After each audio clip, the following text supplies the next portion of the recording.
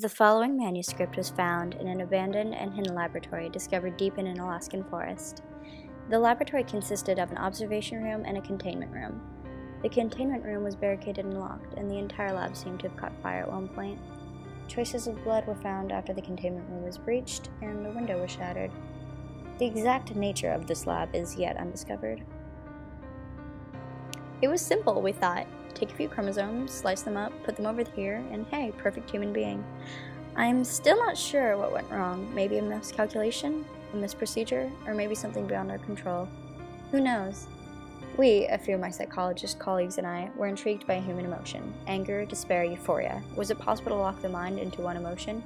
To lock it into a euphoric state so that no sadness or anger could cloud its thought? Theoretically, yes. I won't describe the procedure of our experiments to you, both because I wouldn't want you to repeat them, but also because I fear I will go mad if I have to recount them. The terrible things we did. We were ambitious, youthful, nothing could stop us, and no one could tell us we were wrong. All I will tell you is that we got a hold of a few stem cells, natured them into fetuses, tampered ever so slightly with the genetics. The experiment was called the Angel Man Project, and the goal was to create a being in which felt only happiness. But something went wrong. Terribly, terribly wrong. Half the test subjects died unexpectedly, without warning and without cause. The remaining half were almost born hideously distorted. Three were born well, perfect we thought. A human with mental capability beyond any other due to its locked euphoric state. They were perfectly normal up to 18 months. That's when the first symptoms appeared. Lack of balance, trouble sleeping and eating, low responsiveness.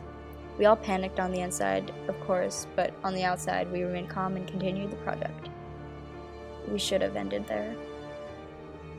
We should have taken those damn subjects and euthanized them and burned them and closed the lab. But we didn't. We continued.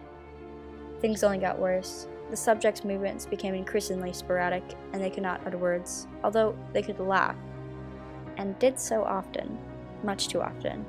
Not happy laughter, no. Quiet, almost nervous laughing, nearly constant, no matter how much pain was inflicted upon the subject. It merely stared at you and laughed, as if it were mocking you, calling your attempts to harm it futile. We expected the subjects to have extra learning capabilities. Quite the opposite occurred. Their mental development was severely delayed. They couldn't pay attention to something for more than a few minutes before lapsing into a laughing fit. But we continued, hoping that these symptoms would clear up as the children got over. We gave a name to the symptoms. Happy Puppet Syndrome, because the mindless movements of the children made it seem like they were puppets on strings.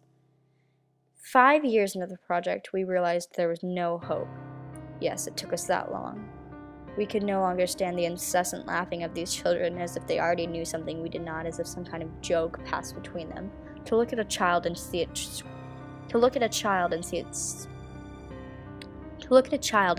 twitch sporadically and laugh excessively is a haunting thing. 2 of my colleagues had already quit because they could not stand it. I never heard from them afterwards. They are most likely dead. The children had not talked for 5 years, only laughed their damn laugh. We went in to give them breakfast, and they stared at us with their huge eyes, twitching, giggling, and saying nothing. We laid the meal in front of them and left. The meal was laced with toxins that would silently and painlessly kill the subjects.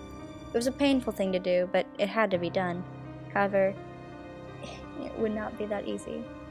As a friend of mine set a tray of food down in front of one of the boys, the laughing stopped. The boy looked up at my friend, his eyes suddenly dark, dead serious, the laughing gone.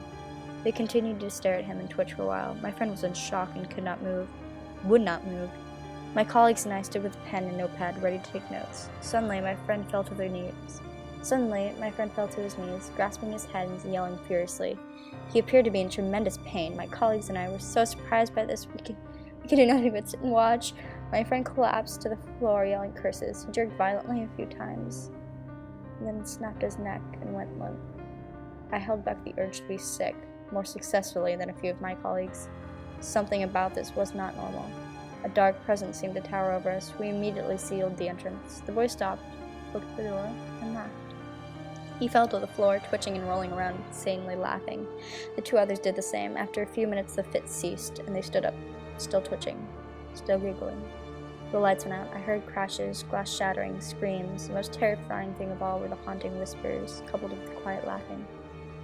When the lights went back on, the subjects were gone. 2 of my colleagues lay unconscious beside me, their bodies twisted at odd angles, blood trickling from their drooping mouths. At first they appeared to be dead. They showed no vital signs, but as I leaned in, I could hear them laughing ever so slightly. I went over to examine my friend. No pulse, no breathing, but he continued to laugh quietly. Although the subjects had gone, I felt as if something were watching me, something that was at the edge of my vision that I would never be able to see. Me and 1 remaining colleague closed down everything immediately. Before leaving, we destroyed our research and locked the barricaded lab.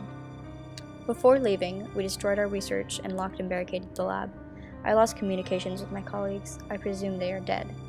I still feel like I am watched. I still hear the laughing, the whispering in my dreams, and sometimes when I'm awake, but when I do, I run. I get up and I leave wherever I am. I'm not able to stay in the same place for more than a few days because of this. It spread. The laughing spread. Other children were seen with similar symptoms. I have no idea how it spread. It shouldn't be something that spreads.